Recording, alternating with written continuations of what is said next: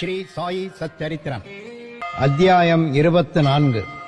ஆனால் அவைகள் முதலில் குருவுக்கு சமர்ப்பிக்கப்பட்டால் அவைகளின் மீதுள்ள பற்று இயற்கையாகவே மறைந்து விடுகிறது.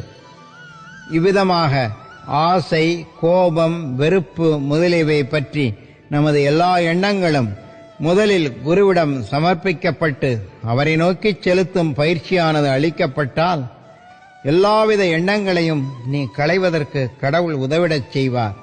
நமது தீய பண்புகள் அல்லது செயல்கள் நம்மை விட்டு மறைகின்றன, நமது பண்பும் வளர்கின்றது. பின்னர் குருவிடம் உள்ள அன்பு வளர்ந்து தூய ஞானம் துளிர்கின்றது. ஸ்ரீ சாயியை பணிக.